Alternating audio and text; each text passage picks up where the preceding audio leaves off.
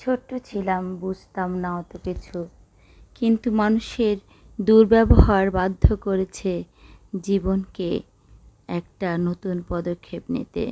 সেটা হচ্ছে হিংসার প্রতি একটা হিংসা।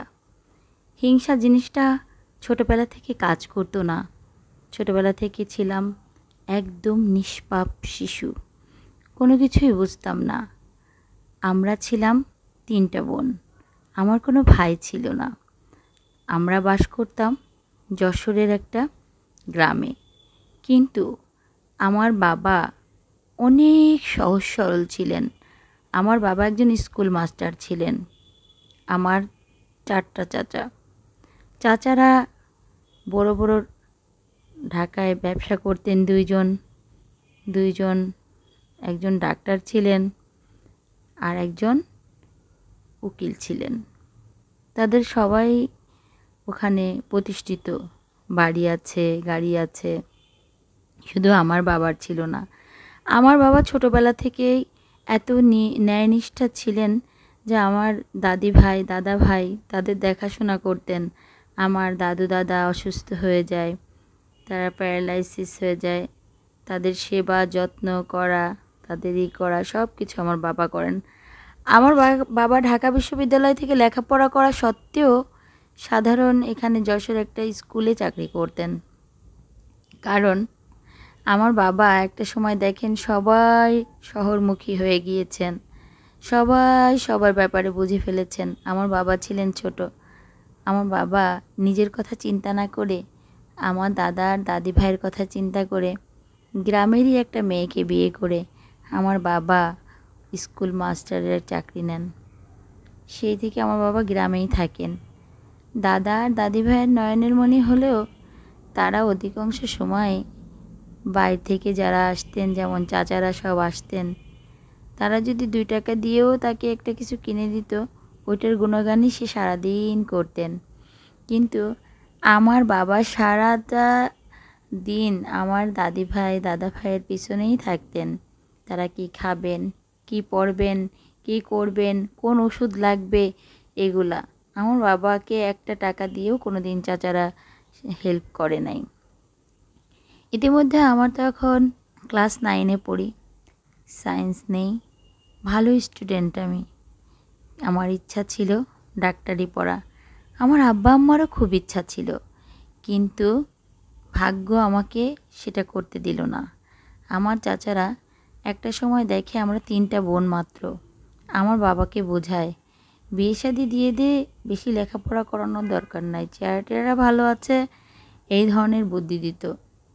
ঠিক আছে, কিন্তু আমি বোঝাইতাম বাবা আমরা সবাই লেখাপড়া করেছে, চাচারও তো চাচার মেয়েরা আছে, সবাই যা লেখাপড়া করছে, যার করছে, ভার্সিটিতে পড়ছে, কেন আমি লেখাপড়া করব না? ভালো একটা প্রস্তাব আসলে আমার বাবা চাইতেন বিয়ে দিয়ে দিতে। কিন্তু আমার মাকে বোঝাতাম, আমার মা খুব লক্ষ্মী ছিলেন, উনি বুঝতেন মেয়েদের কথাটা, তাই আমার মা এটাই রাজি ছিলেন না। যাই হোক, 9-6 করে নিজের জীবনকে এসএসসি পাশ করে ইন্টারে ভর্তি হলাম। ভর্তি হলে তারপরে মেডিকেলে চান্সের জন্য ঢাকায় আসব। আমার চাচারা বলে ঢাকায় যেতে হবে না, ঢাকার অবস্থা বুঝবি না। আমরা যদি একটু সুন্দরভাবে স্টাইলিশ কথা বলতাম, আমার চাচাতো বোনরা, চাচাতো ভাইরা এটা নিয়ে মজা নিত। কী রে, গ্রামে থেকে এত সুন্দর কথা বলিস, কী স্টাইল দেখছিস, এভাবে অপমান করতো। বুঝতাম এটা টিক্স মারছে, সুন্দর কথাটা বললেই তো বুঝতে পারতাম যে না, আমাকে অপমান করা হচ্ছে, আমাকে ছোট করা হচ্ছে। তারপরেও আমরা কিন্তু, তারা যখন গ্রামের বাড়িতে আসতো, আমাদের বাড়িতেই তো থাকতো, আমরা কিন্তু অনেক আদর করতাম, অনেক আপ্যায়ন করতো আমার বাবা মা। আমার বাবা মা এত ভালো ছিলেন, তারপরেও তাদের মন পাওয়া যেত না। তারা শুধু লোভ করতো, ওই যে জমি জাতি হ্যান ত্যান আমাদের গ্রামে যেগুলো করছে আমার বাবা, চিন্তা করতো মেয়েগুলোই কি করলে তারা অর্ধেক পাবে, এই ধরনের একটা ধান্দা ছিল, যাতে আমরা কেউ মানুষ না হই, আমরা যাতে বাবার কষ্টটা না করতে পারি, লাঘব করতে পারি, এই কারণে চেষ্টা করতো যে আমাদেরকে অশিক্ষিত বানাতে এবং আমাদেরকে করতে। যাই হোক, ওরকম হলো না। আমার ঢাকায় এসে কোচিং করা, মেডিকেলের জন্য পড়া। ইতিমধ্যে আমাকে যে ছেলের জন্য দেখাশোনা হলো, ছেলেটা আমাদের যশোর শহরেই থাকে। তো ছেলে আর্মির চাকরি করে। আমাকে বিয়ে দিয়ে দেওয়া হলো। আমার অন্য বোনরাও, পাশাপাশি আমরা 3 বোন, একজন 8-এ পড়ে, একজন এসএসসি দিবে, আর একজন 6-এ পড়ে। মানে আমরা পাশাপাশি একদম, মানে 8 আর 6, আর আমি হচ্ছে ইন্টার শেষ করেছি। তো যেই কথা সেই কাজ, বিয়ে হয়ে গেল। বিয়ের পরে আমাকে শ্বশুরবাড়ি যেতে হলো। শ্বশুরবাড়ি যাওয়ার পরে আমি আমার জামাইকে দেখলাম, মানে সে খুব ভালো লোক। তো আমি আস্তে আস্তে করে বললাম, আমার খুব শখ ছিল মেডিকেলে পড়া, কিন্তু আমার মানে ভাগ্য আমাকে করতে দিল না সেটা।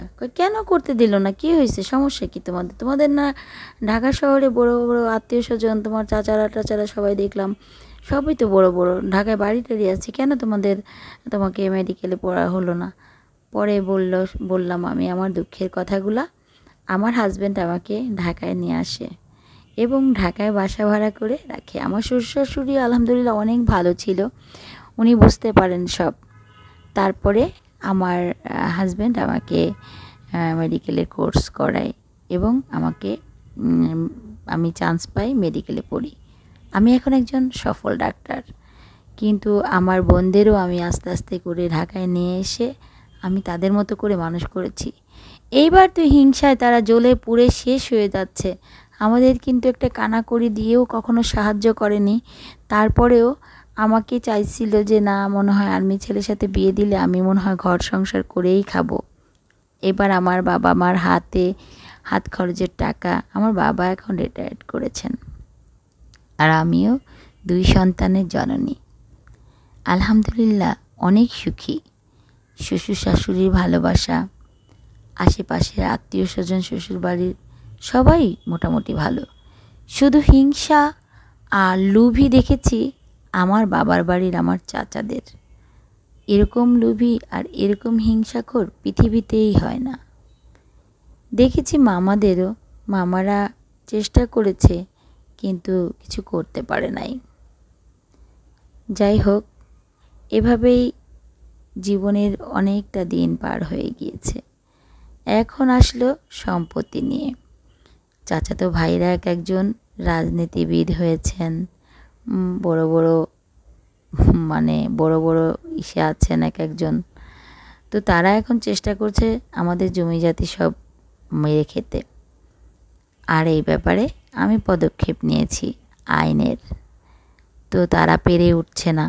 আর আমার বাবা অবশেষে দেখেছেন যে তার বুড়ো বয়সে সাহারা পেয়েছেন আমাকে। তাই আমার বাবা আমাদের 3 বোনের নামে সম্পত্তি